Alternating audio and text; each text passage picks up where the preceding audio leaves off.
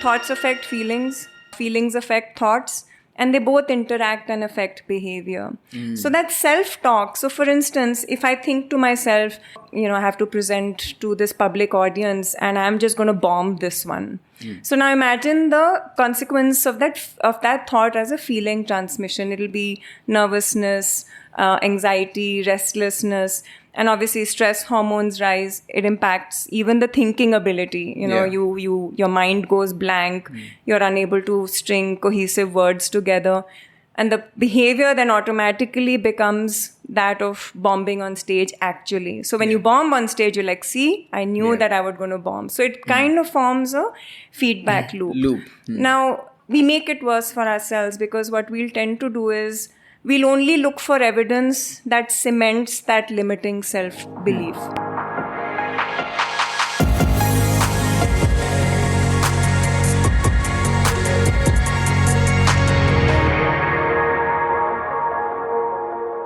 We all have stories we tell ourselves. We have reasons for why we do and don't do things. And we also have narratives for why we can and can't do things. Our brains like stories and narratives because they help us make sense of the world. But narratives can go wrong. For one, they're not always grounded in truth. They tend to sort of ignore the nuances and complexities that form our world, which is what makes them potentially dangerous. What about our internal narratives? Are they helpful? Are they all helpful? Are they all based on objective truth? Some internal narratives help us move forward with confidence. But some stories we tell ourselves and beliefs that we hold strongly can actually be very limiting. They can make us feel small and unworthy.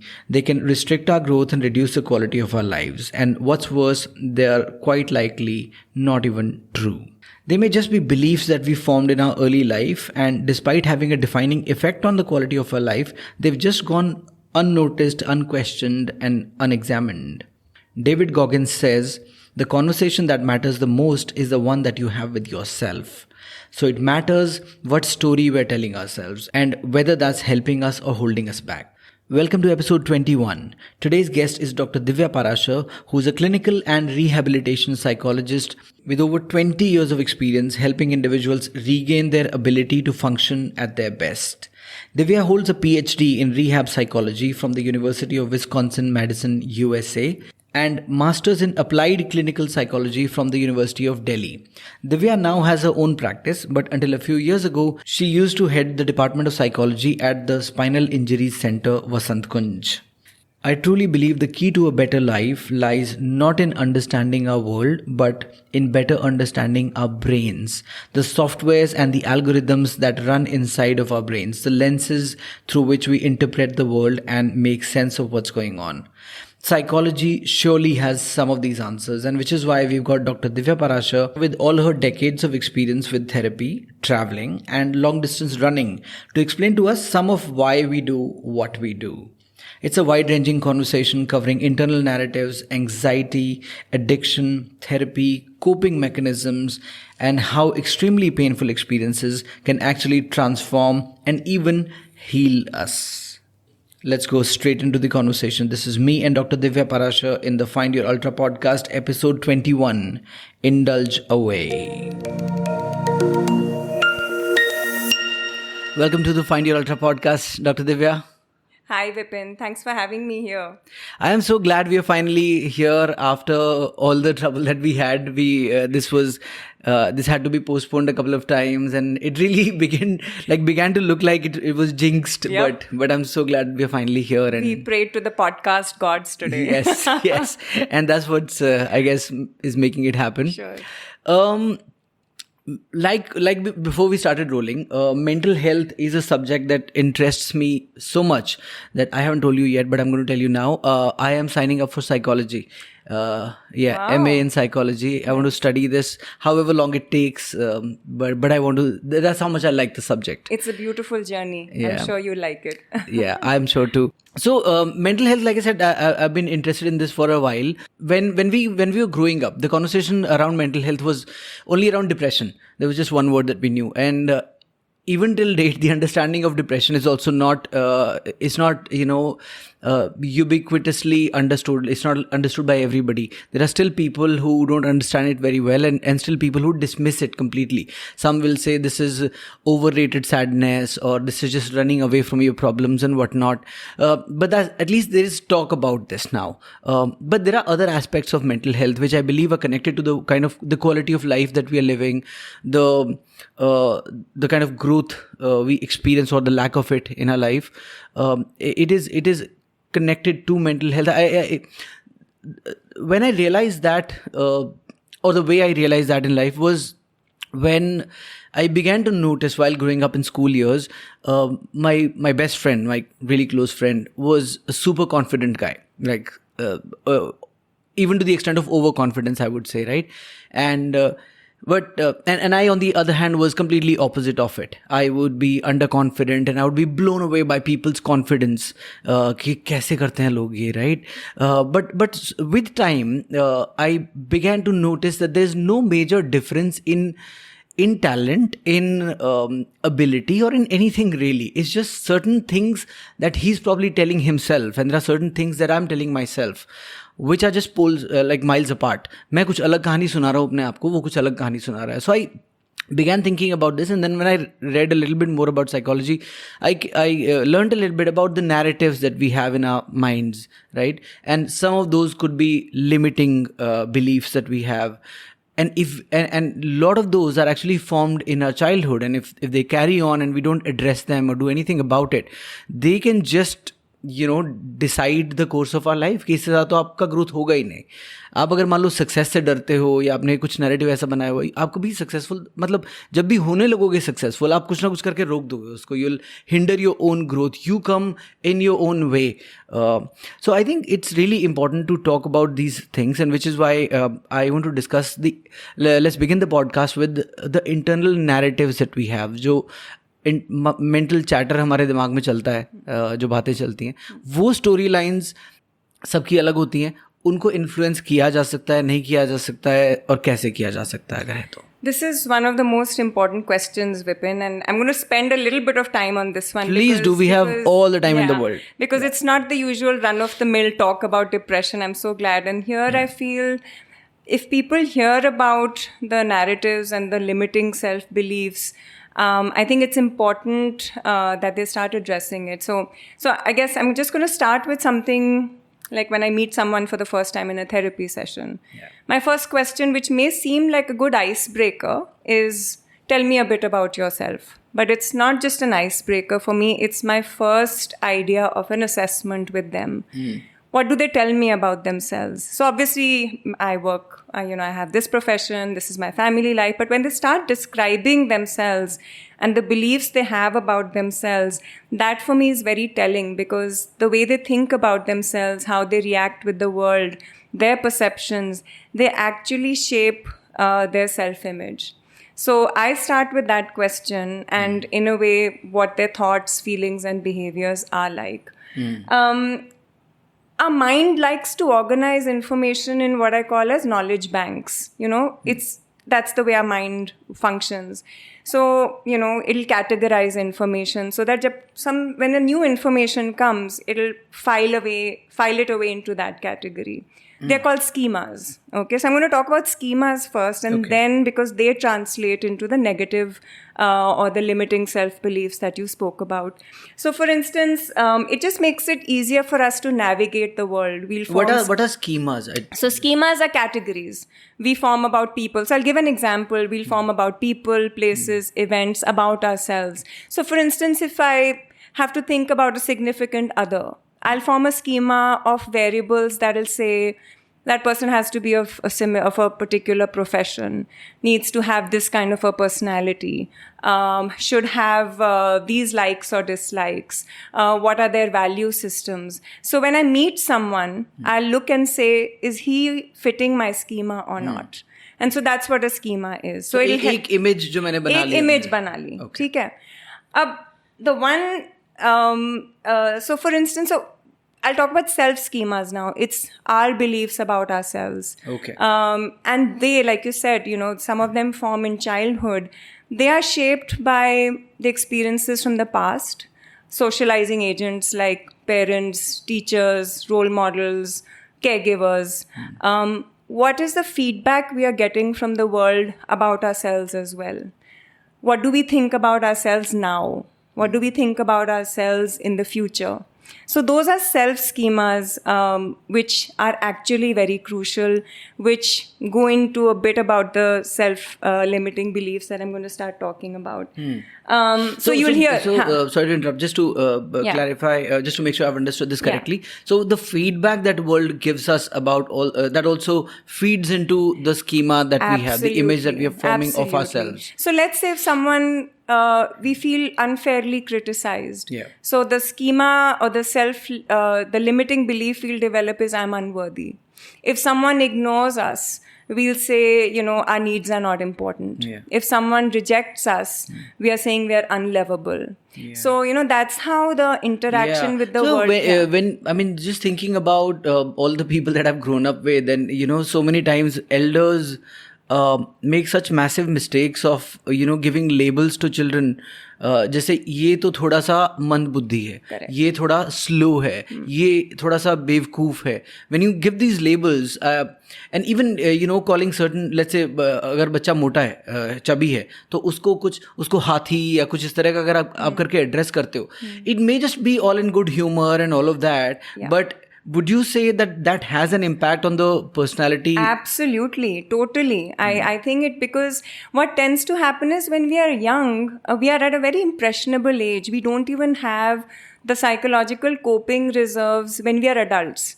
So हम ये नहीं कह सकते एक कान से सुनो दूसरे से निकाल दो. We'll take it. The only thing we know is how to internalize it and how to personalize it. Now the problem with that is it's based on a belief or an assumption or a statement that someone's made. But what tends to happen with scripts like those are, we think they're true, that they reflect reality. कि ये तो गलत नहीं है. So we take it for granted and it becomes a limiting self-belief and we internalize it. So absolutely, whatever we are, so we will, one of the things that people say, but why do you go so much into childhood? Because those messages that we received as we were kids, if someone's very hard on themselves or they're a perfectionist when they've grown up or they're very hard on themselves, very self-critical, where did it start from? What was the origin of that? So is that something that they are choosing for themselves, or is it it's often said from a good intention by people, but we don't realize that it actually ends up putting too much pressure on us. So, and it may have served us when we were kids, but what I have to teach people is, you have to move away from that. You're in the here and now. You've evolved as a person. But that wounded psyche that we carry from the childhood, that continues to stay. So like the one example I really like talking about so schemas go on to form the concept of a self-concept. We string different schemas together. So the one that I like talking about is boys don't cry. Now from a very young age we tell our kids, our boys, that it's weak to express emotion. You should always be in control of yourself. You shouldn't cry. If you cry, you're a weak person.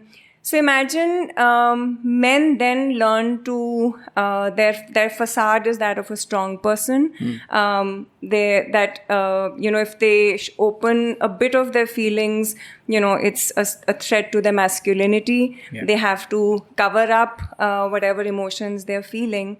So that's a schema we develop. Now add other schemas to it. You have to be successful in life. You cannot fail.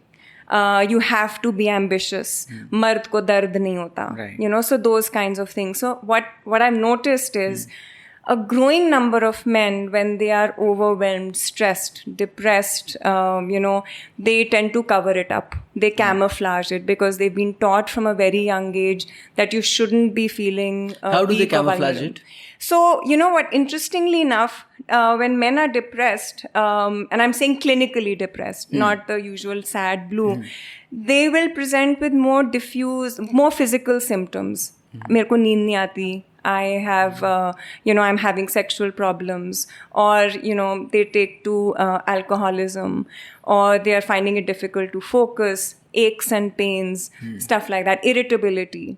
But, but that's like, there's this bravado कि ये तो stress में तो इतना होता ही है, इसमें क्या ordinary बात है. So and then you sort of, with time, you try to blur the lines between socializing and coping mechanism. Correct. So शाम होते ही शराब की जो आपको लग रही है, you think, or at least you'll tell yourself that this is important for socializing. I have to go meet my friends. It's a stress buster and all of that. But it's somewhere a coping mechanism for something that's brewing inside. And then stuff like addictions में work addiction भी आता है, that they'll work long hours. So as a result, obviously it compromises on the quality of their life.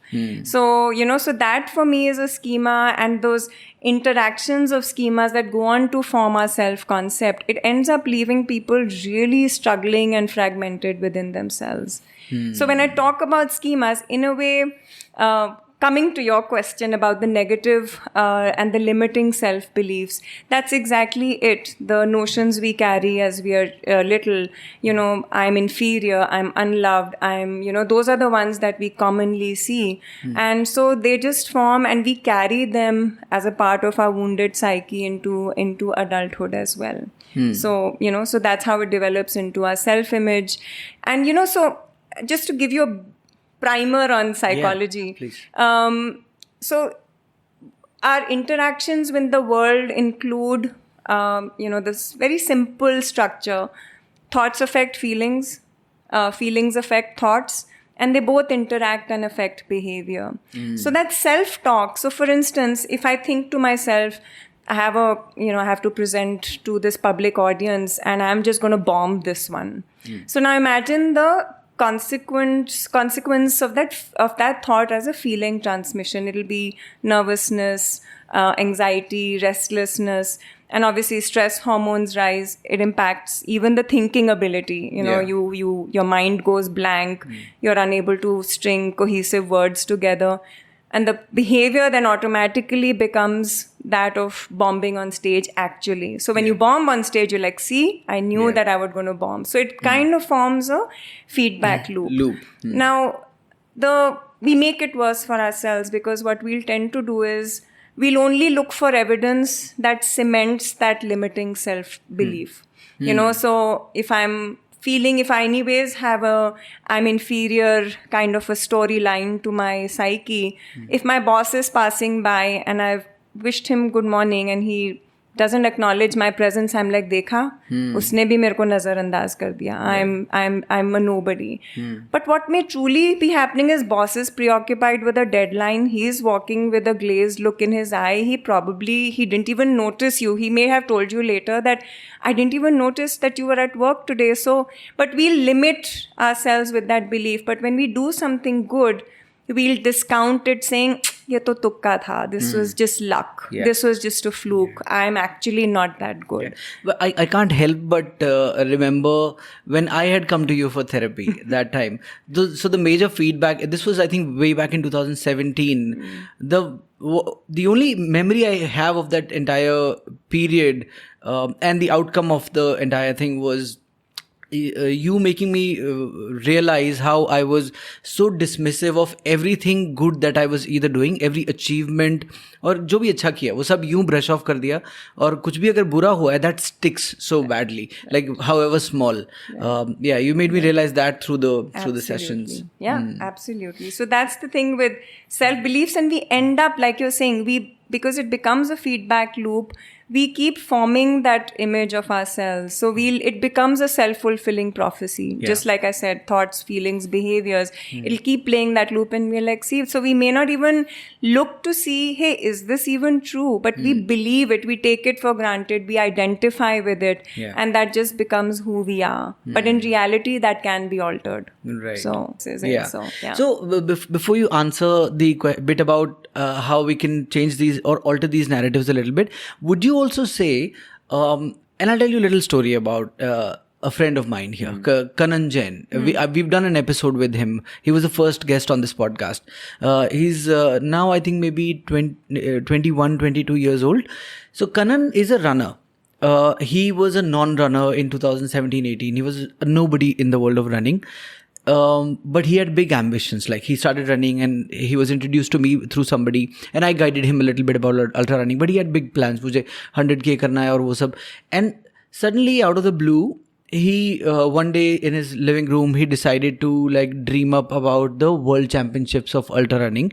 And he said, Indian team में खेलूंगा मैं जाके.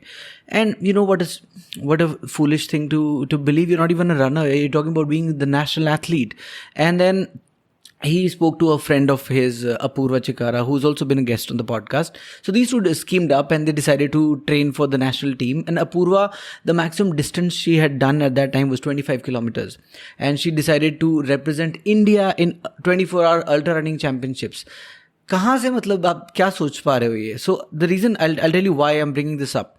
So, and then these guys, would you believe, they trained for a year and they got they got selected for Team India and they represented India in France, Albi, in the Ultra Running World Championships. Wow. And not only that, Apurva made history. She became the first Indian woman ever to run 200 kilometers in a 24-hour race. Oh man, amazing. So, the reason I bring this up is, what is the mindset of someone like Kannan?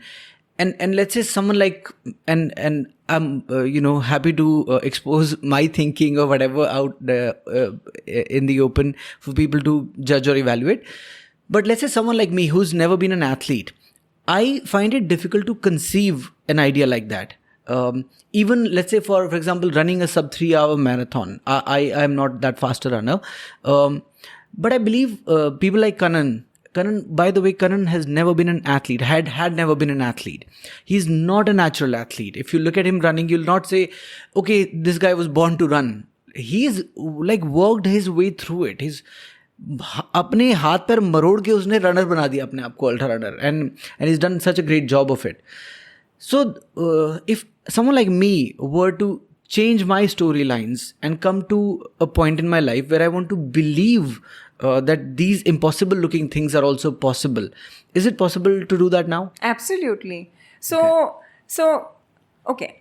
Can I pause there and talk about how we can alter negative self-beliefs? Yeah. Because let's say you endorse a negative self-belief saying, I'm not an athlete or I don't think I can ever reach that level. Yeah. Okay.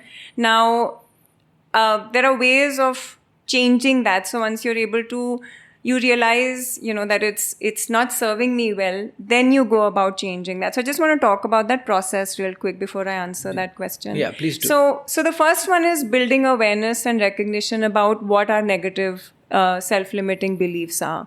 So usually, like if I have to give you an idea, there'll be a questionnaire which looks at certain beliefs and I ask people to endorse them, saying which one of these do you endorse.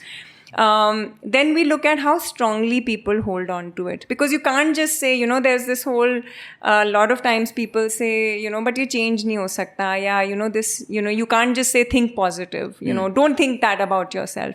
Easier said than done. If somebody is holding on to it very strongly, if they believe there's nothing wrong with this belief of, I cannot fail at all, I have to be a perfectionist. If they feel like it's that strong, nothing wrong with it, and they'll require a lot of persuasion to change it. Obviously, you have to build that motivation to help them evaluate those self-limiting beliefs. Yeah. Okay. So when they say, okay, let me explore this. So we kind of explore at those limiting self-beliefs. So there are a series of questions one asks. Okay. So one is, what is the evidence that is endorsing this belief for you based on your life experiences? What are, is it, let's objectively look at that. Ye nahi ki I feel like it. A lot of times people will say, mujhe lagta hai. And I'm saying, mujhe lagta hai ki I can run, I'm a sub 2 runner, but I'm not, sub 2 marathon runner, but I'm not. Ye lagta hai is not a true objective fact. So we look at objective evidence. The second is it true all the time? And so a lot of people will say always, it's invariably true. So what we are doing is we are challenging. So if I have you evaluate, you may be like, no, but I've done, let me look at this objectively. Am I looking at the whole picture? Am I looking at both positive and negative ramifications? The biggest one which motivates people is this bringing you peace of mind and adding to your quality of life? invariably our answer is no. Otherwise, they won't be sitting in front of me having that conversation. Right. And then, so we evaluate, and then, the other one that I like asking is, did you choose this about yourself, or is this something that's stemming from the past, or something an experience that you've been? So here again, it's like, okay, let me look at the roots of that. So when they evaluate and they're like, okay, I'm generally looking at things with a negative lens, or it's not always true. There are achievements I've made. That self-limiting belief becomes less sticky, and it's easier for me to nudge them and say, okay, now let's look at self-efficacy, which is your belief in your abilities. Saying, okay, you know what, I've accomplished this much, let me set my goal. So that's the whole thing. I'm a huge positive psychology proponent, where I'm saying, okay, let's look at building those skills and traits in you, which will help you become a better, productive person. So let's look at self-efficacy, which is basically a mindset saying, these are the beliefs in my abilities. These are the goals that I'm setting for myself. These are the pathways I'm going to follow these goals. This is how I'm going to look at success. This is how I'm going to learn from failure. So you're changing your mindset completely and looking at more, a more objective way of what you would like your life to be. So that's how, so self-efficacy is a concept where, I'm guessing the two people you spoke about truly felt that if we put our heart and mind to it, and these are the pathways, and if they're not shrouded under the impacts of stress and anxiety and performance, and they're truly in that state of flow and delivering, chances are they're actually going to meet with success.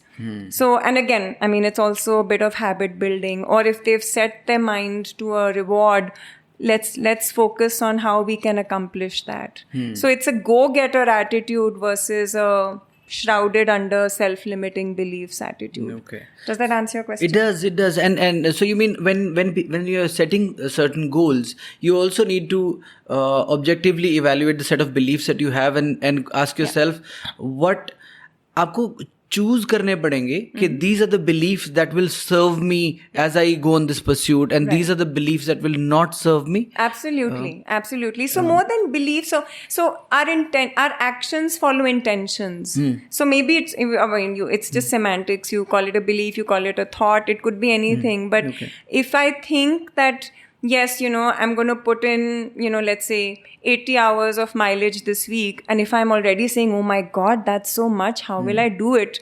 That itself in a way is pulling me back and saying you're setting yourself up to not being able to do it. But if you're like, man, that's a challenge. Let me see how I can figure out my runs and, how my work can manage. And, maybe I need to do a bit of foam rolling between runs or strength sessions. So let me figure out how to do that. Yeah. So the stimulus is the same, but your approach towards it matters. So in a way, that's how I look at it. And I also just want to highlight what you just said about viewing things objectively. So whenever you do an objective analysis of anything, invariably you find how wrong you were about your impression of it. किसी भी चीज में मतलब आप देखते हो कि even let's say you're counting calories or eating certain kinds of foods, अगर आप पूछोगे yeah I generally eat healthy, but if you do maintain a log, you'll see the data speaks something else. So it's an eye opener viewing things objectively. Right. Yeah. So the one thing, my research used to be in the concept of hope. So we often look at hope as an emotion, right? I'm feeling hopeful today. But it's actually a mental construct. So hope has 3 components to it. It has a goal. So let's say their hope was, I hope to make it to the, the championships. And so then there is the pathways, or the thoughts or the beliefs about themselves, that I have it in me to actually reach that goal. And then the pathways they set, that these are the things I need to do to be able to qualify for that. So when we say, so hope is a very strong motivating factor in our life. So that's why I love saying be hopeful. But hope has a psychological and a mental construct. It's not just an emotion. So our thoughts fuel our actions and intentions. So that's why I keep coming back to that unit of thought and how we are perceiving the world. I'll give you a silly example. I mean, you're a runner too. I used to hate coming to Nehru Park to run earlier because I would see all these fast runners and here I was just beginning to run and and I'm like, shit, I don't even feel like a runner here. And now I just love going there to run. And I don't, so now that belief has changed, saying, let it be. You've also evolved as a person. Why do you have to, so then you actually start reframing situations. And now I just go there twice, thrice a week and I have a great time. Wonderful. Okay. So something that I haven't really understood very well over the years is the concept of self-love. I realize the importance of being kinder to myself. This has practical purposes, like being an ass to yourself does not help at all. And you're overtly, at least I have been very critical of myself over the years. In 2022, I had a wonderful year. I became the most consistent I had ever been. I did a running streak. I lost a lot of weight. I did, so many other things. The entire year was a breeze. I believe central to that achievement of that good year was a shift in mindset from being overtly critical about myself to just changing being a little kinder to myself and looking for the good in everything that I'm doing. जो भी किया है उसमें ठीक है, थोड़ी सी तो progress है, पहले से तो better है. Looking for the positive, and I wanted to, my idea was to do this till it becomes a habit, till it becomes my default setting. However messy the situation is, I want to be able to ask myself what's in it for me to learn or grow from. So that mindset was very helpful. So I realized the importance of being kinder to myself.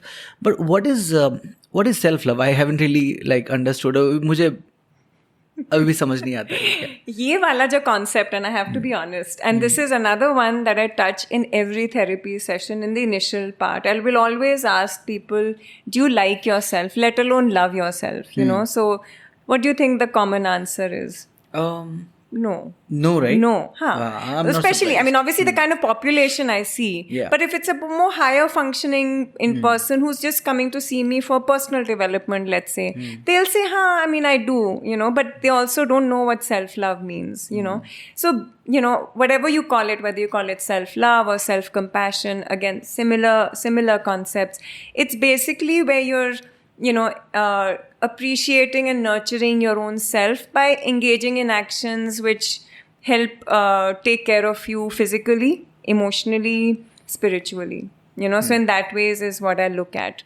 The reason why I say it's misunderstood is because a lot of times people confuse it for being selfish or egoistical. And the other big one here is where self-love, the biggest one is where they prioritize their well-being.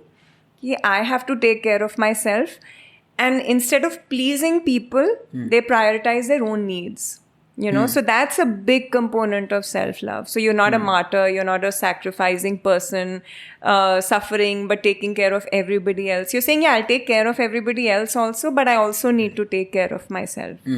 So when people say, but it's so egoistical, it feels very selfish, I'll often say, listen, if you're actually doing a huge favor to others in your environment as well, because if you're kinder to yourself, you're not offloading your baggage of unresolved emotions and negativity onto themselves.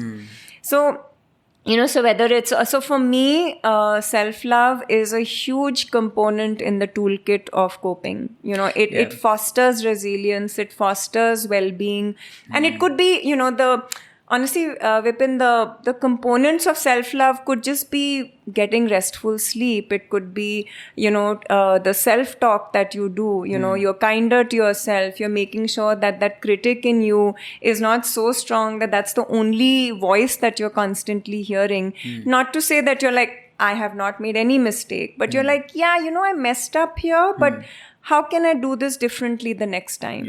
Not like, I'm such a fool. How could I do this? You're so stupid. You're a moron. You're this, you're that. So that's the difference right there. Which is exactly what used to happen for a very long time. And it was just a waste of time in the end because you're not moving on from it. Right. It really serves you to learn from it and say, ठीक है आगे बढ़ते हैं यार, गलती हो गई, सबसे होती है, right? And the other thing is, wouldn't you be as kind to a friend also, like if they messed up, what would you do? Here was somebody who used to be this constantly frazzled, stressed out person that I was working with, a very ambitious person, and he used to tell me that he wouldn't hydrate because he would then have to go and pee. And that would mean being away from his workstation. Wow. So one of the questions I will always ask is, okay, tell me who is the person you love the most in this world? So they'll say mother, sister, wife, kid. And I'll say, if they were residing within you, let's say, would you be subjecting your body to the same thing like you're doing now? So they're like, no. So I said, so then how come you're doing it to yourself right now? So, so that's also, when you wouldn't do it to somebody you love, why are you doing it to yourself? Yeah. So in that sense, it's like, a very telling example saying you have to take care of yourself because everything just, So, I mean, I wanted to share that example out of nowhere. Yeah. Yeah, no, and what you said about taking care, looking after yourself, actually, so I just said this in my last podcast episode. दूसरों की जैसे पहले खुद को जय करें जो prayer में सिखाया जाता है. It's about that and only, right? Putting the oxygen mask on yourself first before helping others. Exactly. If you're not taking care of yourself, you won't be functional with your relationships. And you're generally operating from a happy space. So whatever goals you set, it's not, oh my God, I need to do this, but hey, this is important to me. This will make me happy. So there is a different vibe and a joy to that when you're operating from a space of self-love. Yeah, I think someone wise said the best thing that you can do for the world is to take care of yourself. Absolutely. अगर हर इंसान यही कर लेगा, अगर हर इंसान यही कर लेगा तो फिर कम जरूरत पड़ेगी, कम मैस होगा दुनिया में. Absolutely. I feel we're walking around like zombies and very self-critical people, and it has so many ramifications on our mental health.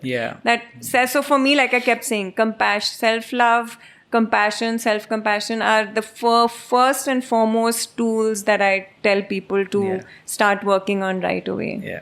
It's interesting. I will always suggest this workbook on self-compassion to people. So some people love it, those who like reading and who like, it's got activities and exercise. And some look at it as homework and they're like, ye nahi karna. And I'm like, nahi, zaruri hai. But, that's how different reactions to that concept is. Yeah, but is there something publicly available that we can access? Do you want to suggest something? Absolutely. So there's this workbook by Kristin Neff. She's like the person, the foremost proponent of self-compassion. So she has this really nice workbook, which I will give to anybody irrespective. I will suggest it. I won't force it on people. But, whenever somebody comes in with depression or anxiety or the self-limiting beliefs, which is not leading to a major mental health issue, but I'll still say it's a good tool to have even as a personal development. I think we are way too hard on ourselves these days, as I've noticed a lot of people. So it's just good to have as a resource and reflect on. May not be related, or I don't know whether we have it as a question that we want to discuss later, but I'll bring it in anyway. Addiction. So addiction has a very very strong connotations, right? We addiction के बोलते ही कुछ चीजें evoke होती हैं दिमाग में. But I don't know anybody, and most of us don't know most people who are actually addicted to stuff, but all of us are actually addicted to a lot of things, right? And I see so many friends who have these habits. By the time the end of the day rolls in, they need to do whatever coping mechanisms that they have, whether that's smoking up, whether that's drinking alcohol or whatever it is. I think about that sometimes because what they're doing is and I used to drink and I still do occasionally. It's not half as bad as it used to be.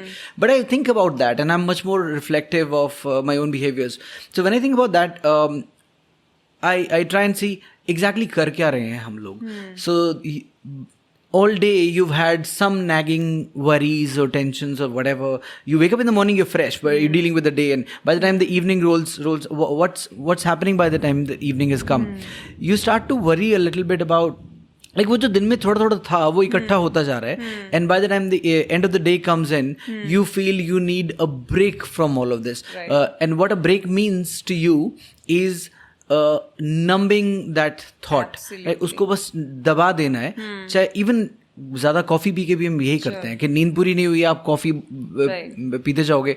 What is coffee? वो जिंदा तो रख लेगी, आपको जगाए तो रख लेगी, like it will keep you awake, but is that the most optimal thing to do? नहीं, वो स्लीपलेसनेस वापस आएगी. So whatever I was trying to numb by the end of the day, when I've, let's say, had a few drinks at night and I wake up in the morning, the problems that were there are still there. They're just delayed by a day more. So एक तो solution नहीं आया, और ऊपर से जो health के जो नुकसान है वो तो हो ही रहे हैं. Like whatever alcohol is wreaking havoc on your metabolism, your liver, your health, right? So would you say, or do you agree with this, that majority of the people around us are actually dealing, we just have the wrong or incorrect coping mechanisms, and we all need coping mechanisms. 100%. So that's one of the basic things I work with people in therapy, is teaching healthy coping mechanisms. So when people, it's interesting, very different reactions to therapy and outcomes. So when somebody comes in saying, I know I'm not dealing with this right and I need healthy coping mechanisms, their outcome of therapy is going to be way better than somebody who feels therapy is too much work. You know, it's easier to numb myself with alcohol or, you know, or weed, or, you know, addiction to the phone. That's another big one these days. Food, absolutely. Phone is a big one, you're right. Food, whatever phone else. is an insane one, right? Yeah, like you absolutely. find yourself picking up the phone. Yeah. When you start evaluating that, you realize कि भाई distract करने का मन है आपको. Exactly, वो ही है. So like you're saying, we are running away from it. It's more avoidant coping. It's more, you know, it's a maladaptive kind of a coping mechanism because it's easier. It's less work. But, you know, or you don't want to face reality, you don't want to face the problem, but you just want to, like, you know, it's like, you're like that ostrich who'll want to cover your head in the sand and say, किसी ना किसी तरह वो कल मेरे को नजर ना आए. But the reality is it's going to come back and be there in your face. So to help people move away from those kinds of coping, you have to develop healthier coping mechanisms. So active coping, problem solving coping. Okay, what can I do to take charge of this situation? Active coping. That's like problem solving. What can I do to take charge of this problem which is staring at me? Is there a solution? Can I implement it? What's the outcome going to be? But let's say if it's something that you don't have control over, can I make space for it? Let's say, you know, somebody's had to get a scan done and the result will only be available, you know, like a cancer scan, and the result will only be available a week later. They can't be stressed about it, saying, my God, abhi main iska kya karu? It's like, okay, let me wait for a week. Let me focus on keeping myself calm, you know. So can I accept, make space? Can I let go of something? So if it's an issue with somebody or it's a fight you've had, can I let go of that? So those are all active forms of coping. Yeah. Passive is, you know, let's just ignore it.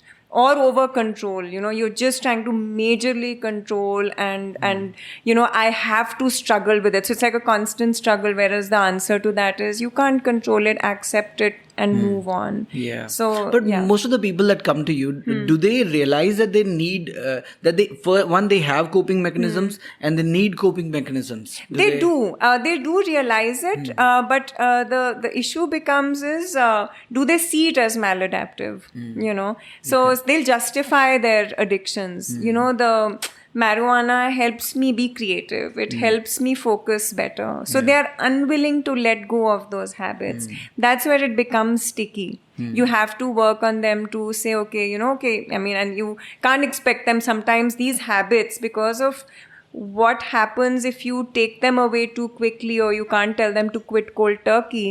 It will be like, okay, can I substitute that with something else? So in that sense, so they have an awareness. Are they motivated to build their coping? So it all depends on their readiness, their motivation, and whether they implement the suggestions and strategies or not. Okay.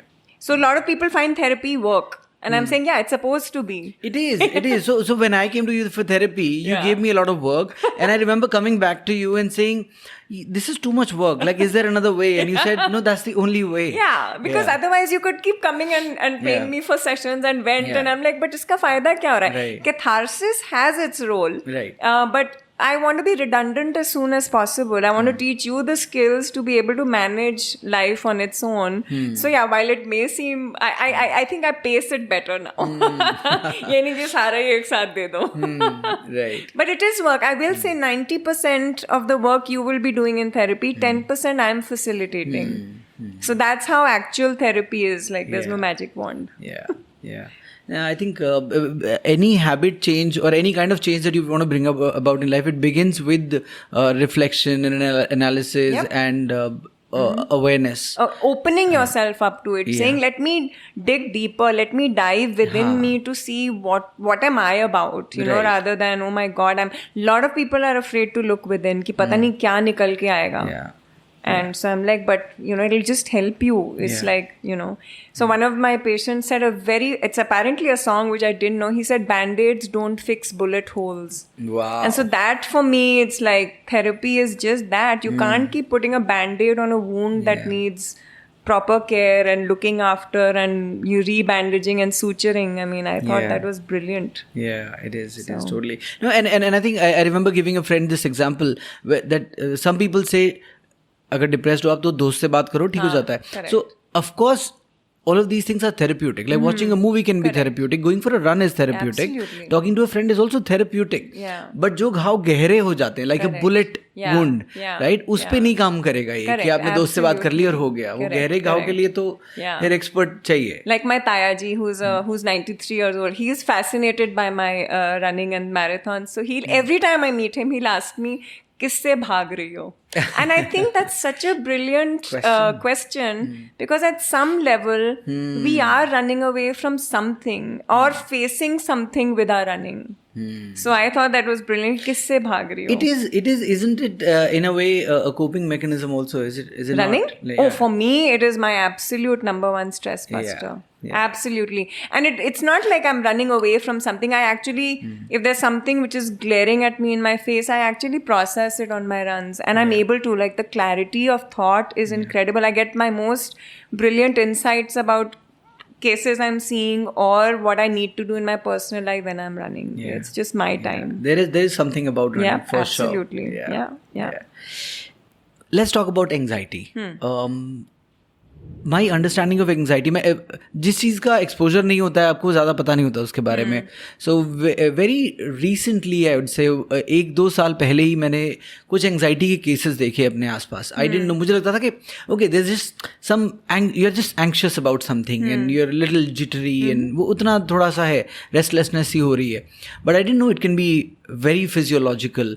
Like for example, a relative of mine had an anxiety attack recently when he said he sat inside a plane and the doors shut. The moment the doors shut, he started feeling this is the end of the world. He said, how will we get out of here? He started feeling that immediately, and it had never happened before and hasn't happened since. He travels quite a bit, flies quite a bit, but he said he felt that, and it was very hard to sort of deal with at that time. My wife Pooja deals with anxiety on occasions. Certain mornings she would just wake up and she just can't seem to breathe.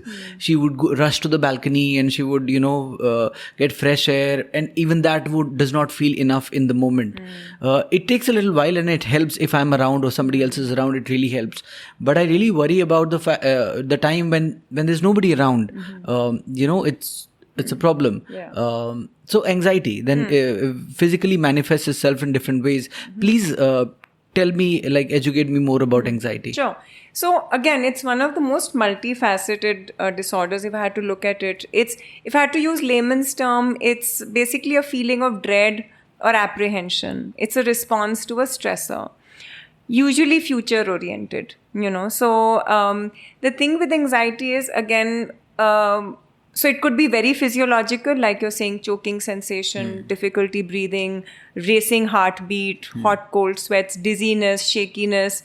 I mean, so anxiety, there are so many different types. I mean, I'll give you a small example. When I was working with people with spinal cord injury, a patient presented with, who was paralyzed below the waist. But when the spine surgeons assessed her, they said, but her nerve functioning is all intact. So she shouldn't be paralyzed. I mean, we don't know what's going on. So they, because she should be walking, like her connection between her brain and the legs is intact because the spinal cord is intact. So they called me saying, can you see, because we feel it's psychological. And sure enough, she had something called conversion disorder, which is the anxiety. Because of the way she was processing it, it just translated into a physical condition. So that's how anxiety manifests. It has a strong physiological connection right there. When I look at anxiety, I will always ask somebody, did that panic attack, for instance, or that bout of breathlessness or that racing heartbeat, was that preceded by any stress? Did something happen? Did you think about something? So it could be, if I had to look at the thought patterns of somebody who's anxious, they will always think of worst case scenarios. How will I get out alive from this plane? I have no control over the entry exit. So that leads to that feeling of claustrophobia. So the fear of worst case happening, I'm going to die, this plane is going to crash, what if scenarios, what if this happens, then what will happen to me? So usually there are these very fortune telling, we'll predict the worst outcome. So a lot of times it's always important to assess somebody who's presenting with anxiety, saying, what's your response to a stressor at a mental level, and is that then leading to a particular anxious response? So usually, or it could be the other way. If somebody, and so one of the thing about panic attacks, for instance, it's a misnomer. I mean, it's I feel it's like the name shouldn't be there because we think that it's preceded by a stressor. But you could be having a fairly good time watching a movie. Nothing is stressing you in life, but you could just have a panic attack. That's a physiological response. Just so like diabetes. Is panic attack also anxiety? Or Absolutely. It's a form of, no, it is an anxiety. It's a classification of anxiety. Because that's the one with puja as well. Like it's sort of pretty, it's not very frequent, fortunately, but whenever it is, it's sort of pretty random, like nothing seems to precede it could be, I mean, just like how we have diabetes, it's just a neurochemical imbalance which leads to it. But what tends to happen is we get a panic attack, we become fearful, saying I can't be alone, what if something happens to me? So now we are layering it with our thoughts, and it's now becoming a feedback loop again. So when I work with somebody with panic attacks, I actually educate them first, saying it's a physiological thing. Don't panic. I mean, it's funny. Don't panic when you're having a panic attack. Don't layer it with more panic. Just let's kick in an intervention which will actually calm you down, and that helps. That helps in successful recovery. So that's what anxiety is in a way.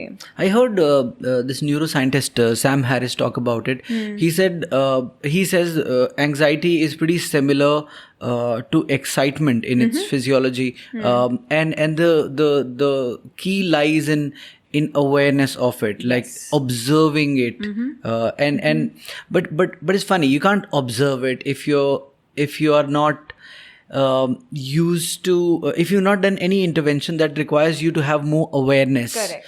Which is where awareness meditation comes in, which is where you introduced me to Headspace. आपको पता नहीं होगा, I have done Vipassana meditation, those 10 days, the hardcore ones. So I was that sort of a meditator, but I came back from Vipassana and I thought, okay, 1 घंटा करेंगे meditation, but then कितनी चीज़ों का time निकालोगे आप? 1 घंटा running का निकाल दो, 1 घंटा मेडिटेशन, सेल्फ इम्प्रूवमेंट, नहीं मिलता है time, right? So meditation got out of my life.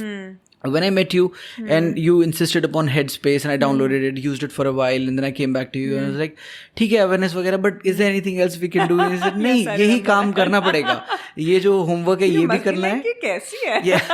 ये भी करना पड़ेगा, और Headspace, and you won't believe I have done close to 1,000 hours on Headspace, and I don't think I've missed a day. Like I would have, जब battery नहीं थी phone में या कुछ होगा, I constantly, my average meditation time is 8 minutes, but that's what I manage. I'm so glad. I was wondering where this was going. No, so the Headspace has been life changing, and I also I'm a nutrition coach. I advise people on their nutrition, and I think so much of nutrition and habit change has to do with psychology, and all of that I don't think any habit change effort can begin without awareness of what's happening. Absolutely. So when somebody with anxiety comes, the first few hours, depending on that person's readiness, is a lot of psychoeducation. It's a lot about having them develop that awareness to helping them disentangle from that reaction that they're having to that stressor. That you can actually intervene and step back and actually bring yourself back to equilibrium rather than getting caught up with that panic attack. So when that readiness builds, they learn to implement strategies, meet with success, then it again helps them reinforce that in a good way.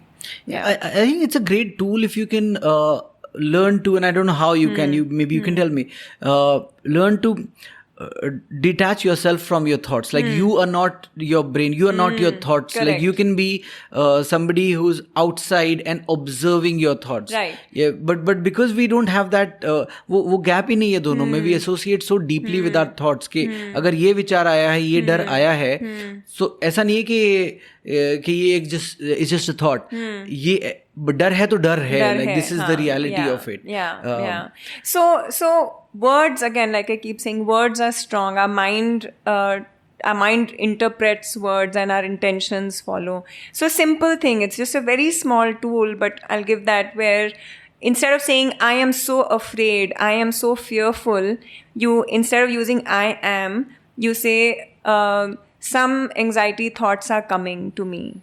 I am observing some thoughts which are creating some fear. Now, when you are ready to do that, it leads to a bit of emotional distance. Okay. So instead of saying I am fearful, I am this, it's like, okay, I am observing, or these distressing thoughts are coming to my awareness. So that way you're saying, acha, ye aa rahi hain. In a way, it's giving you a bit of control, saying, I may be able to do something about these thoughts.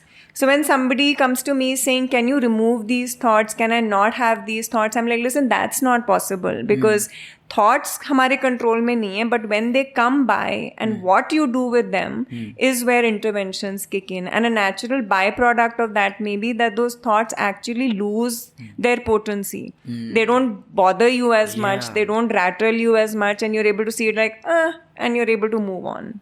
So that's where, when I give people that image or that visualization, they are like, अच्छा ये हो सकता है, and I'm like, हाँ हो सकता है. Depends on how we work on this. Yeah.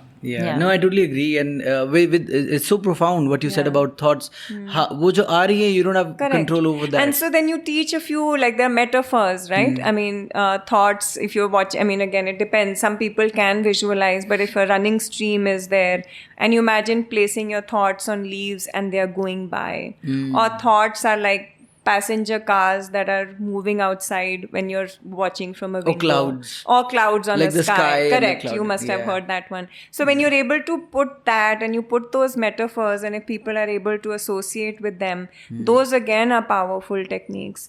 But again, I mean, I'll find different reactions. Some people will say, but ye sab to faff hai, but then it's like, but if that's it does what... feel like that in the beginning. It does feel like that. It does feel like that. But then when you're actually... So I'll say, okay, if this is not appealing to you, what else can we look at? So sometimes I'll have people doodle, I'll have them draw cartoons of their thoughts so that they're able to observe it. So there are different techniques where you learn to unhook from your thoughts, and that itself disentangles them a little bit more. So it'll always be that first intervention to manage anxiety that way. Okay. That's wonderful. About like you mentioned about the thoughts not being in your control, and I think one of the reasons I'm interested in the subject of psychology is I feel whatever's going on in the world, the quality of my life is not going to be determined by understanding that very well. It'll be more determined by the software inside. Absolutely. How I'm interpreting what's happening in the world. Right? So just like computers are pre-programmed, humans are also pre-programmed. So we tend to believe those self-fulfilling prophecies, and then I'd rather say have those thoughts of of self-efficacy beliefs, of your belief in your own abilities and being your own cheerleader. How often are we our own cheerleaders? Right. So that's the big one. That's the other part of self-love. Be your own cheerleader. Superb. So, Dr. Divya, when we were talking about running being a coping mechanism, I was just going to ask you about I was going to begin the podcast with that, and we completely just dove right into the first. You started with the important topic. I'm glad. No, but this is how I like to talk with my guests. I get to know them a little bit first. So late है थोड़ा सा, but अब करते हैं बात. आपके बारे में बताइए. What was your childhood like? Where did you grow up? How did you develop interest in psychology? How did you get to where you are? Yeah. Psychology came to me very serendipitously, but I'll talk about my childhood. My dad's in the army, so while when I was young, he was obviously posted all around. But I've been in Delhi all along, and parents have had a wonderful influence on our lives. I'm the youngest of three daughters. So while they faced a lot of आपके लड़का नहीं है सवाल. We were in that generation where my mother and father were asked of that question a lot. But my mom truly believed that she's going to raise us like sons. So her influence, and she worked hard to make sure we went to the best schools. And she said, you three are going to be the most educated, so that, that's something nobody can take away from you. I thought that's something we grew up with, and I'm so blessed to have that. So all three of us are PhD doctors, wow. doing well, in that sense. So that's a bit of childhood. Psychology, my dad's a cardiologist. He's 87 and still practices cardiology. Wow. And so we're saying, one of us should be a doctor. So, and I'm the youngest, so none of us became doctors, medical doctors. He, to be honest, never wanted any of us to be doctors. He thought it was a very difficult life and stuff. He's like, I don't want you guys to be medical doctors, but tumhari marzi hai. And that was beautiful because they never imposed career choices on us. So I said, acha, ek baar to medical try karte hain. Bade anmane se kiya, I'll be very honest. I don't think I was keen on it, but I said, okay, I'll try. Then I said, okay, I didn't obviously make it. I said, okay, I'll try again next year. But till then, maybe I'll take up psychology. There was somebody, a friend of mine, who's 1 year senior to me, and she's like, why don't you take up psychology, So I said, ठीक है, 1 साल के लिए ले लेते हैं. I fell in love with it. I'm like, this is it, and so there was no looking back, and so that's been my journey where I did my undergrad, masters, went to the US, did my PhD, came back and started working here. So that's how I became a psychologist, by accident, but a beautiful choice nevertheless. Yeah. But you like where you've gotten to? Oh, absolutely. Absolutely. When I was in the US, I was in academia. I was a professor. I couldn't practice there because the licensing laws and all, I hadn't taken that very seriously. But when I decided to come back to India, I was like, clinical is what I want to do. So it's been a wonderful journey. I have my own practice. I used to work at a hospital, decided to transition from that, start my own practice 4 years ago, and I love being my own boss. It's beautiful. Yeah. Yeah. So related to this, tell me, what do you do and why does it matter? What do I do and why does it matter? Okay, I'm going to give that a shot. And I'm guessing it's professionally. So professionally, yes. Yeah. What you do and why does it matter? Yeah. What I do, I facilitate people to tap into their potential. I don't like saying I help people. I treat people. I think I am a catalyst. So I facilitate people on their journeys of well-being, wherever they want to go. And it matters to me because when I see somebody who's actually doing well, it's very fulfilling. I will always give credit to that person because they worked hard, and they've gone through the fire of therapy and like you're saying, dealing with overwhelming pieces of information that's giving to them. But they trust me to do it. And when you see that transformation, it's very fulfilling that if you've made even one person a happier person, it's going to have a ripple effect on the world. So in a way, it's very, very satisfying. It gives me a huge lot of meaning that it's something that matters to me. Yeah, it's very fulfilling. At the end of the day, I can sleep well. So if I might add, you've added immense value to our lives, like me and my wife Pooja, in ways that you don't even know.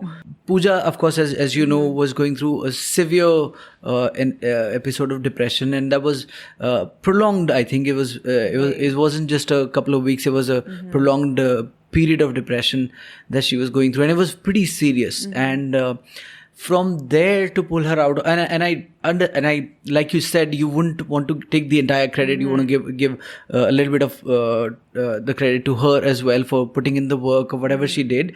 From there to where she is now in life, we're very happy. Like, we have a so beautiful glad. life. Yes. We have a beautiful family. At one point, she couldn't have imagined this. Like, Yes. so from there, so you played a part, a major you. part. Yeah. Yeah. Well, Thank you. She worked hard. You worked hard. And like I said, I'll always put it back saying, continue doing that. So yeah, it makes me, honestly, when I look back and I see people from where they were when I met them to now when I step back and maybe I'm not in touch with them, but when I see them doing well, it's like, yeah, it's a good feeling, to be honest. Yeah. मतलब आपके संपर्क में आए वो कुछ time के लिए और जिंदगी में कुछ अच्छा कर रहे हैं, तो whatever little time they spend it makes it, I mean, honestly, it's not an easy job in any way. I mean, therapy, being a therapist, but honestly, whenever I'm feeling low or drained, I will always think back to the difference it's making, and I'll say it's whatever I'm going through is totally worth it. Yeah. So it makes me wake up energized and charged the next morning to take on new challenges. Yeah. So yeah. And when you're going through the low phases, how well do you handle yourself? Like, are you able to make use of all the tools, or are you aware of all the tools at all times? I'm not perfect. Let me put it that way. There will be, it depends on how severe the stressor is. There'll be times when I'll probably totally fall rock bottom. But then I do come back up saying, you know what, acha ho gaya, ab kya karna hai? So, but yes, I'm aware of the tools. And like I said, running for me is a huge stress buster. I mean, I love, and it's honestly for me, running has been a life philosophy. It's taught me more than than anything else in life, actually. So yes. Tell me more about that. Yeah. Tell me more about that. So I started running in 2009 when I was plagued with quite a few medical conditions. I was severely overweight and and I had high blood pressure, cholesterol was all over the place. I was pre-diabetic.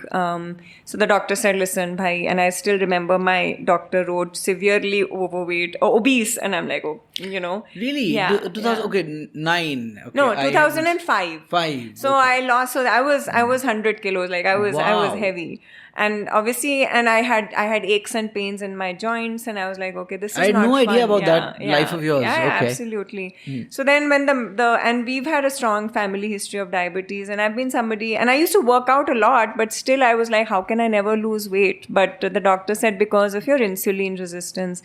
So under the guidance of an endocrinologist, nutritionist, I lost weight very safely. And then I said, ab kya karna hai? How do I keep it off? I want to take on a sport that can continue to make me fit. So running happened like that. It started as a way of physically maintaining myself. But it soon became something that became my me time. Again, there's no dearth of research that says any physical activity boosts your endorphins, your dopamine, everything. You get those feel-good chemicals released. So it is, any time anybody comes to me with depression or anxiety, I will say, please kick in some physical activity. Yeah. It's a natural way of combating your mental health issue. So for me, there is clarity of thought. It's a series. It's like flow.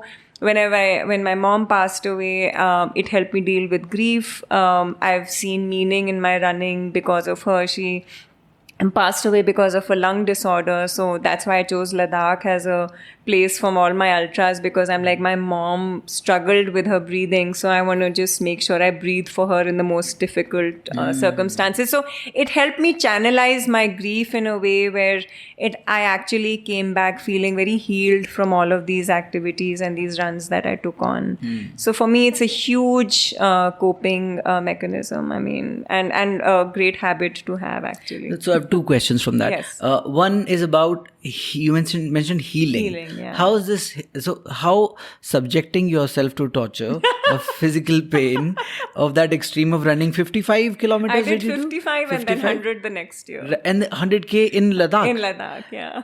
So how does subjecting yourself to torture of that nature, how's that healing? I'm like, so yeah, one, like I said, I wanted to, I was angry. Let this be a therapy session for me. I was angry at the way my mom passed, so I was like, she struggled with her breathing and it was very quick, like within the year, she was diagnosed and she passed away. So I was like, I have to breathe for her. It was a thought like that. And I'm like, what's the point of breathing in the plains, Why not take it to a challenging situation where I know, so I want to breathe for her.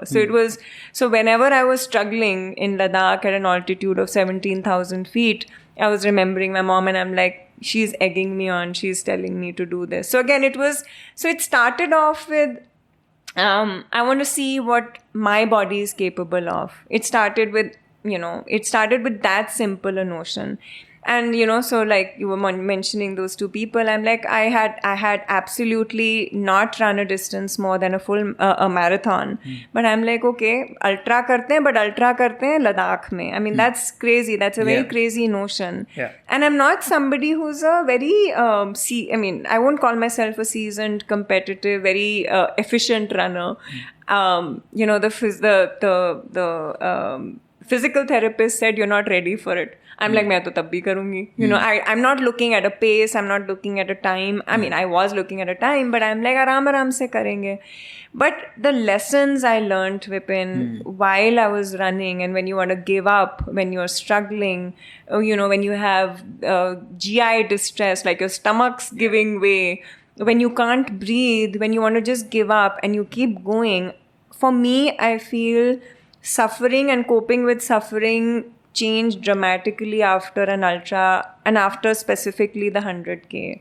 Because you're like, everything else, just persistence, dedication, resilience, being able to bounce back from an adversity, cognitive flexibility, a storm is brewing, snow is falling, blizzard is coming, ab kahan jayein, thinking on your feet. And just pushing yourself, it just taught me, actually translated to my everyday life. And I think it just transformed me as a person. So while and I think it was because it was challenging. I don't think I would have had those challenges in Delhi. Yeah. But, yahan to koi nahi, but anybody can run 100K, but it's like, where can you set those challenges? I think I'm able to deal with whatever else life throws at me with a lot more ease now when I've experienced 2 ultras like that. So does that answer your question? It does. But would you want to take a shot at telling me a little bit more about the 100K that you did? What parts of it? How did you manage the noise inside your head, the voice that told you to quit? All of that. Just tell me a little bit more about that. I think I was like, I'm going to have fun, but when I've realized that when you're in the mountains, you just, there is a silence that anyways calms you down, it's a very awe-inspiring feeling. So I said, I'm just going to keep going. But wherever I felt, like I just can't do this, I would pause. Obviously, I'd be like, thoda rest kar lete hain. But there would be running mantras I would tell myself. I'm doing this for mom, or I'm doing it for, let's say, Jassi, who's my adopted son I take care of, who has spinal cord injury. He would want this for me. So I would look at, and then people had sent me messages of, you can do this. I would replay that in my head. Or I'm like, quit when you're done, not when you're tired, There was a point when I had just started the climb up. I had done 70 kilometers and we were just starting the climb to Tanglangla, the highest point. And I actually fainted and fell because I hadn't slept. And this was the next morning. I hadn't eaten well because again, I had a GI issue. So I just collapsed and my crew said, there's no way that you can go on. And I said, no, thoda aur dekhte hain, let me just push it. And then you just summon that energy. You're just like, okay, let me keep doing. Let me take 10 steps, 50 steps. Let me see how I'm doing. So when you're chunking, it's like, oh my, I have 27 kilometers more to go. It would be daunting, but you're like, okay, next bend, next bend, next bend. So you kind of just navigate it that way. For me, the most challenging was I've never run in the night, and I'm like, how? And I'm somebody who can't function without sleep. And I am very dysfunctional if I haven't slept well. But that was a reality to do in the 100K. So I put on music, had coffee at 11 p.m. But I'm like, I have to keep going on. So, you just keep egging yourself with either running mantras, your crew is with you, who is supporting you. But I'm like, I can't quit unless it's a medical emergency. And I'm just collapsed and the crew says, listen, you can't go on. जो हुआ था एक बार, but I'm like, थोड़ा और आगे 5 kilometre करके देखती हूँ, अगर नहीं होगा. Negotiated with them. Yeah. I said I'm not going to put myself at risk. But if I'm unable to do it, I don't mind a DNF. But let me see if I can. And I was able to. I think I was just fatigued and exhausted when I did 73, but rested, ate something. Yeah, it stayed in my stomach, so kind of kept going on. And were you surprised at your ability to keep going even after? Yeah. It was painstaking. I was like, I am so slow because I was slow. There was no doubt when I was doing the climb. I was like, it was like, 1 kilometer in, I don't know, I don't even remember, but it was painstakingly slow. And I kept apologizing to my crew saying, I'm really slow, but I have to do this. I have to keep doing this. It's for me. It's for mom. So it's like, you're just looking at all the reasons. And again, hope. I hope to finish 100K, and that hope translates into I can do it. I've trained, I have the pathways. I can just keep going on, let me just do it. So, yeah. It's amazing. Ultra running can be really transformative. I think everybody should do it. Yeah. Honestly. Yeah. I mean, more than therapy, everybody should do an ultra. I mean, no, I'm just kidding. Do therapy, but do ultras as well. Yeah. Take on these challenges. Yeah. No, I can totally relate to everything that you said. I'm also an ultra runner. I've done a few of these. And there was this storytelling session at which I tried to share the experience of what goes on inside the mind of an ultra runner. What goes on, what happens to the body and the mind when you're doing an ultra run. So can I indulge you for a minute? Sure, please. Yeah. So there are these stages that I tried to sort of describe those in. So let's say I'm doing a 100-mile run. First 20-30 kilometers, you'll start to feel physical pain. Dard hone lagega. Yahan, wahan, har jagah, right? Everything begins to scream at around 30-40 kilometers. But that's the point you make deal with the pain. You'll say physical pain, ab jitna bhi hole, I'm not going to quit because of the physical pain. Yeah. Come what may. So in a way you conquer the physical pain and then you keep running. And then when you probably reached and different, these are not defined numbers, but let's say you've gotten to 60-70 kilometers or something, then you reach a mental sort of pain stage, which actually comes earlier, but your mental chatter tells you to quit. It'll give you all the logical reasons to quit. It'll say tera promotion aane wala hai, foreign trip aane wala hai, you're just jeopardizing all of that stuff, you're just being foolish, ye injury hai, ye bahaduri nahi hai, ye bevkoofi hai, all of those things, rationalizations. Correct. And it's pretty smart that way, the mind, the tricks it plays. But if you know that it's your mental chatter and you'll say bolta rahe, I don't really care, I'm going to finish today. So if you conquer the physical pain and the mental chatter, you move on, and then there's an in-between sort of a stage where there's not much happening, but you're becoming very tired and fatigued, and you become, because you've had so much time to spend with yourself, you've had to evaluate everything to do with your life. Sari thoughts exhaust kar liya aapne soch ke, and now you become emotional for no reason. You'll see so many ultra runners just crying and running for hours, so that emotional pain also comes out.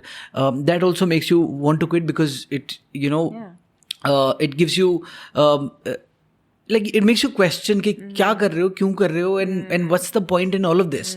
That also makes you want to quit. If you go beyond that, and it's not often that you experience the fourth stage which I talk about, it's not often that you get that. I've only experienced this once in I think 30-35 ultras that I've done. I would have experienced this once in my first 100K at Bhati Lakes Ultra. You go through a period where when you had no energy, suddenly out of the blue, you get immense amount of energy, and you get to a stage of flow where you're just running for 2-3 hours, where you're just gliding. Running suddenly becomes easy, and in that moment I really felt I felt there are certain reserves of energy within me which I wasn't aware of. And the other thing was I could actually distance myself from this person who was suffering, had blisters, थोड़ी bleeding वगैरह हो रही है पैर में और सब कुछ है, and still able to, like, there is immense physical pain, there's mental chatter and all of that, but it stopped affecting me. Got to that point. State of transcendence, precisely that. Like, it's a sort of a spiritual sort of an experience wherein you're able to see this person who's going through all of this, but it's not affecting you. It's like it's just hard to, and I think it gets heightened after an experience like that, because you're able to realize that this is possible. You know, I can transcend from and observe myself from a bird's eye view, saying, okay, let me observe what's going on in me. So when you can develop that ability, it actually bodes very well for you to actually deal with your problems and detach from the emotions and deal with it better. So I think that's I agree. I mean, I've heard of people having transcendence experiences, but glad you spoke about that. It's incredible. So the ultras can be life changing. Oh, absolutely. I think I'm a much stronger, more confident, independent, resilient. My threshold of coping and pain has gone up significantly, which is now I sometimes feel a detriment, because doctors are saying तुम्हें पता ही नहीं चलता है when कि तुम कब बीमार हो रही हो. You come when it's too late. So now I've had to actually step back, saying, okay, I better start paying attention to these niggles and signs and symptoms. So it's a beautiful experience. I agree. It is these challenging experiences that change us for good. Yep, absolutely. What a wonderful chat. So I want you to talk a little bit about habits. So people trying to build habits or change habits, build better habits or give up on habits. How do we do that? And do you want to talk a little bit about neuroplasticity and all of that stuff? So that's so neuroplasticity, we assume that the brain is a fixed entity, but neuroplasticity basically is your brain has the ability to rewire itself. So it's malleable. You can work with the brain. So in a way, that's what, so with mental rewiring, you're able to learn new habits. Now, habits are, it's what we call a ritual or repetitive motion, which in a way leads to, and which are tough to break. So bad habits are equally tough to break. But how habits form is, you're triggered by a stimulus, maybe it's an emotional feeling. So if you had to look at we spoke about alcohol earlier, that if you're emotionally feeling frazzled, stressed, depressed, that can be a cue or a trigger that facilitates you towards using alcohol. So you start looking at, okay, what am I looking at if I use alcohol? I'm looking at numbing, I'm looking at relaxation, so what's that desired state you're looking for? I'm looking at all of those, those things that I want through the use of alcohol. When you get that, when you're rewarded with those, that feedback loop perpetuates, seeing, I do get relaxed with alcohol, so that becomes a habit then. पिछली बार पिया था तो अच्छा लगा था, तो and so बढ़ता रहता, craving चालू हो जाती है. So that's how, I don't know if it's true, but have you noticed, if you, in the US, this is what I experienced, that when you pass by a McDonald's, and you smell the French fries, it's there. They said there is a spray. I don't know if I've heard, if it's true or not, but I've heard somebody say that there's actually a spray of French fries because that stimulus makes people crave it. They come and buy it. And and that becomes, I don't know about that, but your husband is in advertising. He would know. When we are creating brand experiences like Cinnabon, so there is the smell of cinnamon as you're passing by. It's all curated. Like it would डाली जाती है वहाँ पे ताकि आपको exactly. So वो exactly. crave so that's how habits are formed. But again, I hope people will formulate the better habits, which lead to healthier coping. But that's that feedback loop that forms, because our brains are wired for seeking pleasure. They look for anything which increases the dopamine, which is a feel-good chemical in the brain. So anything which stimulates the pleasure centers in the brain becomes a habit. So which is why when we are looking at healthier habits like eating healthy, exercising, initially वो dopamine hit नहीं आता है because it is work. You are rewiring your brain by engaging in different actions which are very new to you. मेहनत है शुरू में. But when you start seeing the rewards, then it creates that feedback loop to say, अच्छा ये reward मिल रहा है मुझे, so now let me keep repeating that action. So then it becomes a habit. But you have to get past that period of where... If you truly believe it. I mean, a lot of people initially give up because नहीं होता या failure हो रहा है. So then all or none कि हम भाई gym जाएंगे तो we have to work out 1 hour, 5 days a week. But let's start with 15 minutes, right? Let's start with just basic, let's build on that habit. So again, how people approach habit formation is also an important element to look at. Yeah. Okay. Would you want to talk a little bit about meditation as a tool, the awareness meditation in particular? Or let me just wrap that with a bigger question, which is, what are some of the tools that you would suggest people can use to sort of look after their mental health and well-being? So again, I know the buzzword, and I don't want to just suggest it, but I always customize now. I mean, I try to do that. Customize interventions based on people's personalities and preferences. Okay. So, for instance, so I'll always say meditation are of two types, and I'm going to use Hindi words for that. One is a dhyan yogi, who's able to sit, meditate, focus on breathing, focus on, the mindfulness-based apps. And one is a karm yogi, who's like, I want action, I want movement. So whether it's a Pilates class or a boxing class or running, if that also is inducing a meditative state based on their preferences, it needs to be customized. Because the common thing I'll get from people is, I just can't sit still and focus on my thoughts or my breathing. And you can't force it on someone. I'll say, okay, give it a shot, maybe see how you feel. But if somebody keeps coming back saying, mujhse ye nahi hota, then I'll be like, okay, what else can we try? What else is this? How can we tap into this person's strength? So one is customizing mindfulness-based activities based on their preferences. But I think meditation gets a bad rap in a way because people think that we are trying to control thoughts. But मेरे को तो thoughts आती जा रही है when I'm sitting and trying to breathe. So people say, I can't do meditation. I can't do it. And I'm like, but the idea, who's told you that the intention is to not have any thoughts come? The intention is to have thoughts come, but where you're just observing them and you're letting them go and you're continuing to focus on, let's say, anchored breathing or something like that. But you're just building awareness on the fact that you're able to observe thoughts, and beyond a point, chances are the frequency of those thoughts may reduce because you're not latching onto them. So what you focus on expands. So if somebody has an anxious thought and they latch onto it and it ends up into a spiral loop while they're breathing, I'll be like, but that's not what I'm suggesting. I'm saying if that anxious thought comes, let it go. Further maybe unhook from it using your senses or other aspects of awareness. So that's what meditation is, just recharging, setting the reset button.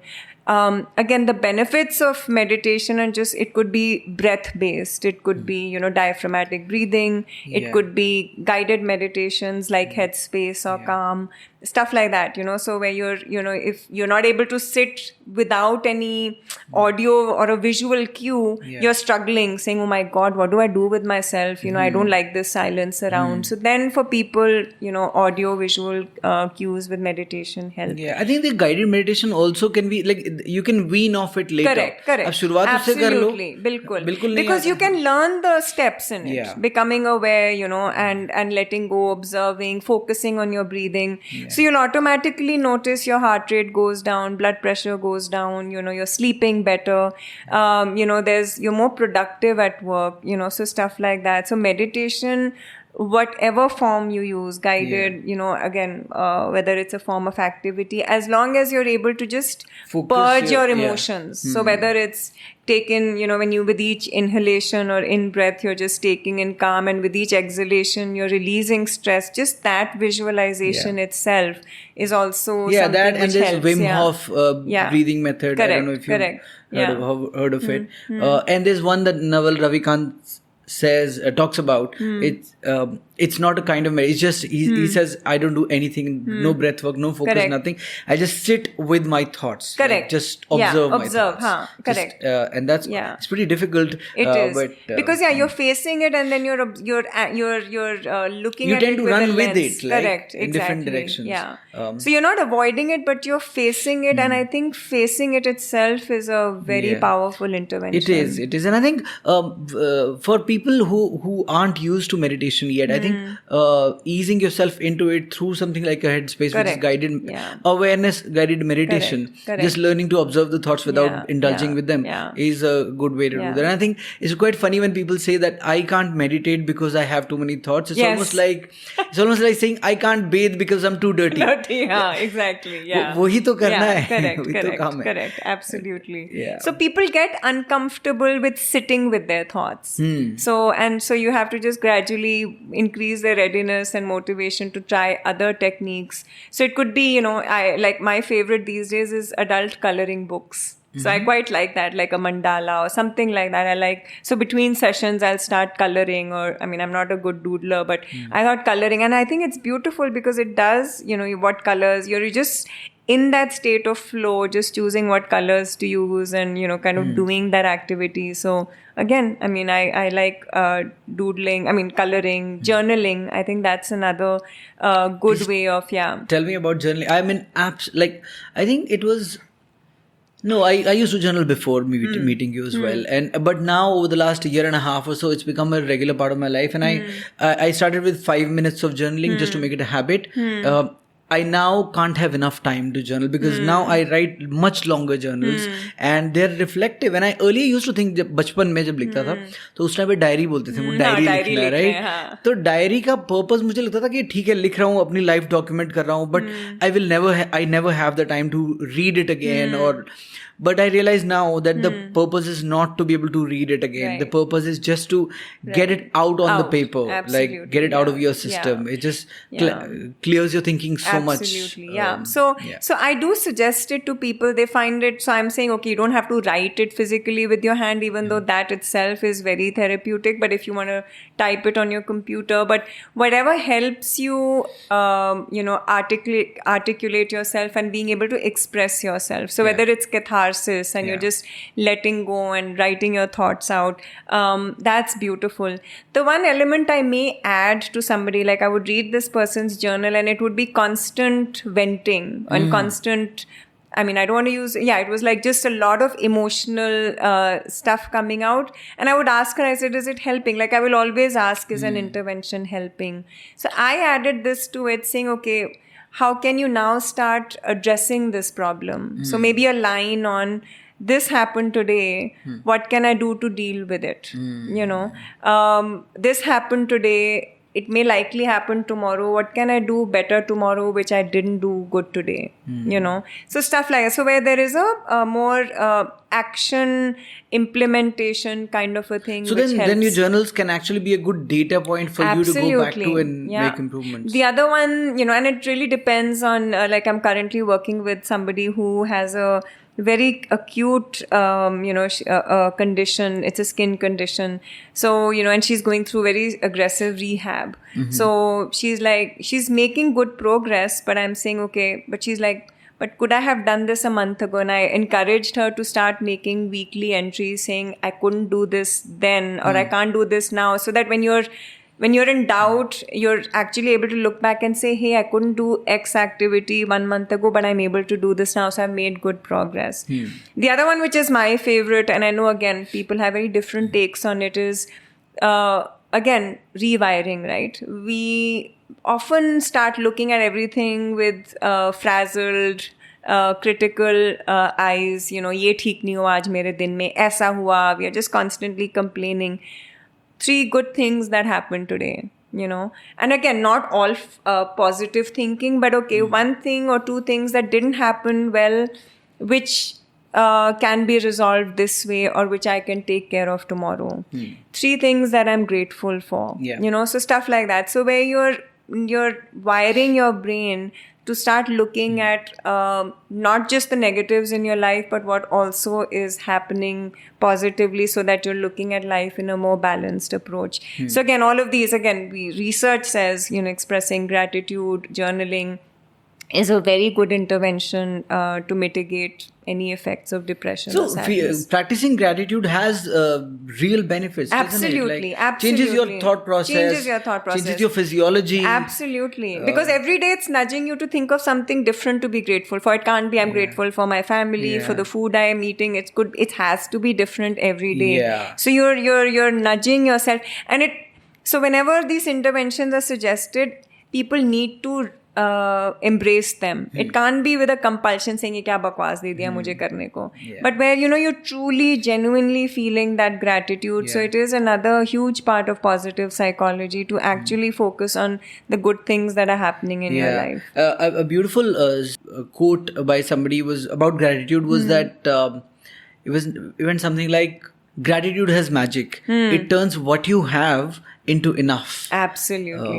So I thought that's lovely. Yeah. Pretty well put. Yeah. But you have to genuinely, truly feel it. Absolutely. You know. So it can't just be an exercise. Yeah, but exactly. And it's not as simple as like being thankful for this cup of coffee. Correct. But it can be as simple as that as well.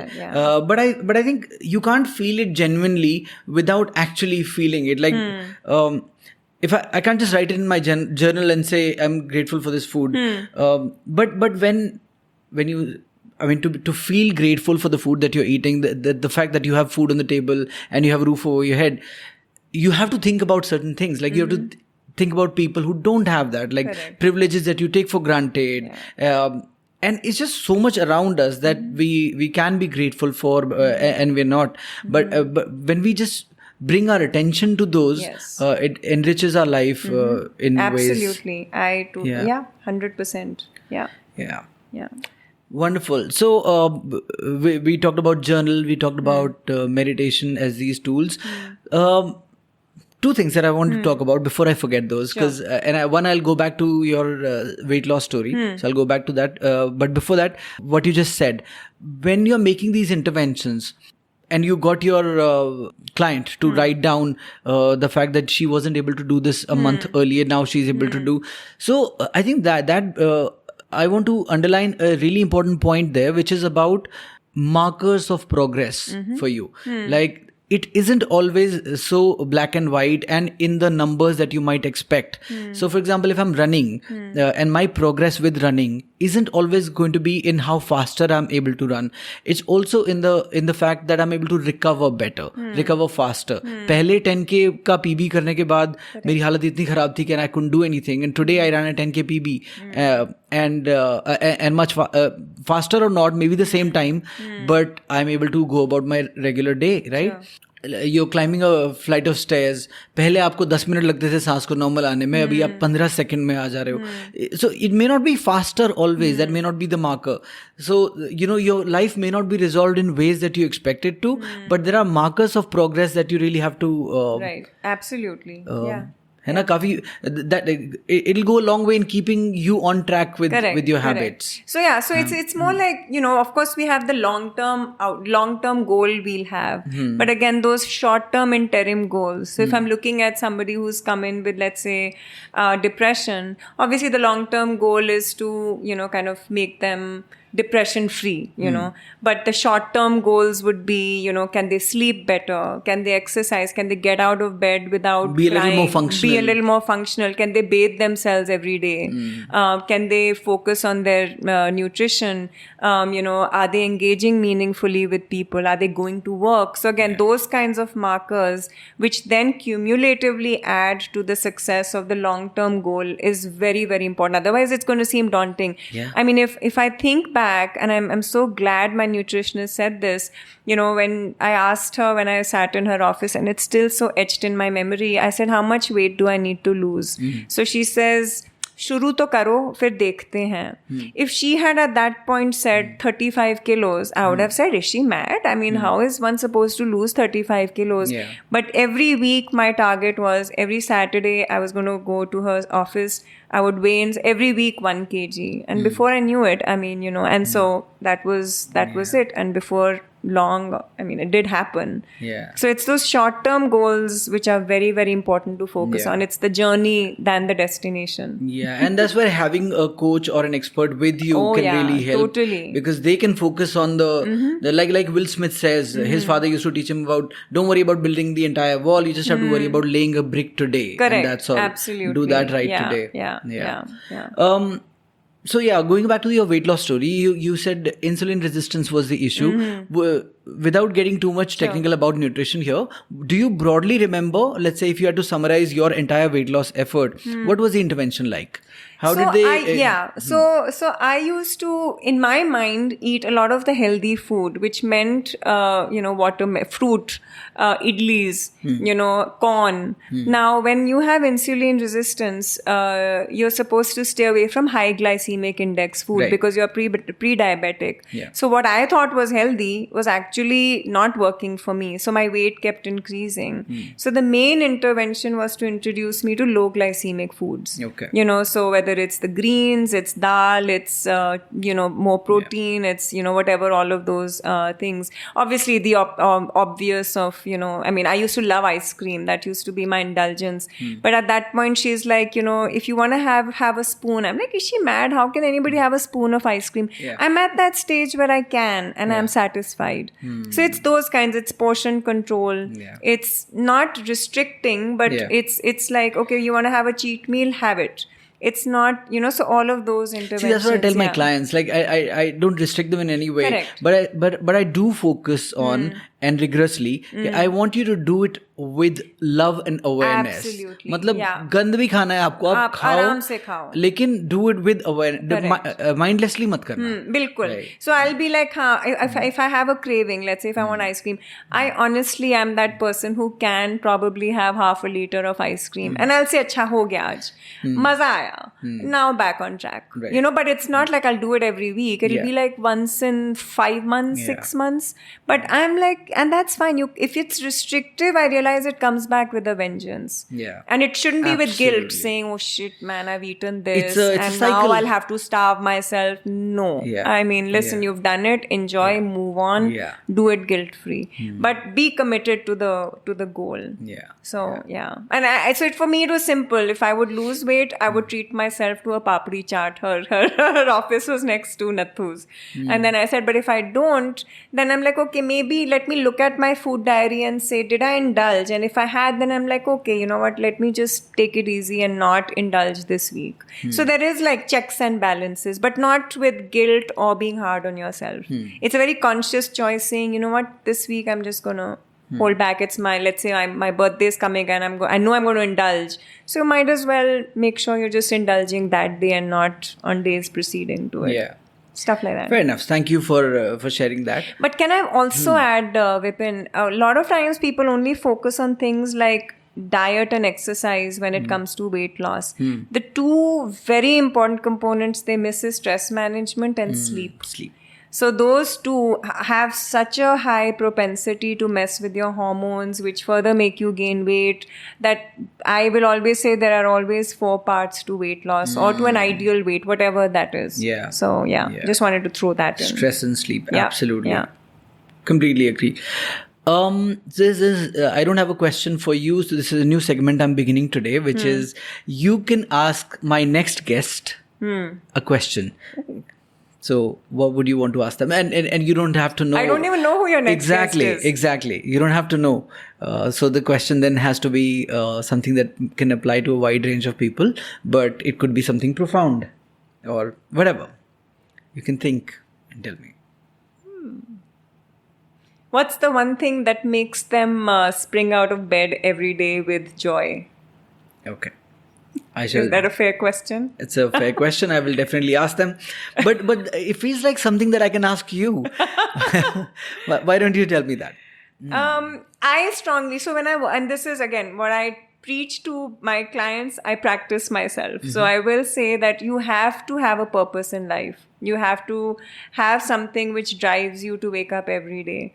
For me, it's it's the same thing every day. It's, my runs for sure, my yoga in the morning, taking care of my clients for the day, taking care of my family, taking care of myself. Very standard.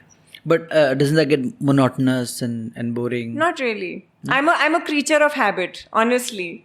I am somebody who, if you introduce a lot of newness, but of course the travel. I love traveling. I call myself a traveling psychologist. The best part about being doing online sessions is I could travel anywhere and I could still be working. So for me, the travel, the setting, and also very goal driven. So for me to just have something to look forward to later in the year as a run or as an activity, that drives me. So yeah, just all of that. Okay. Dr. Divya Parashar, it's been a pleasure. Thank you. I loved it. It didn't. I don't know how much time we spent, but here's the concept of flow we've just experienced because it's just flown by. It's been fun, no? It's been fun. I've enjoyed it. I've enjoyed it, considering I've been up since 4 a.m. You have been? Wow. This feels pretty good. Yeah. I will let you go. No, you don't have to. Yeah, what a pleasure. Thank you so much for indulging me. No, I enjoyed it. I actually really enjoyed it. Awesome. Yeah.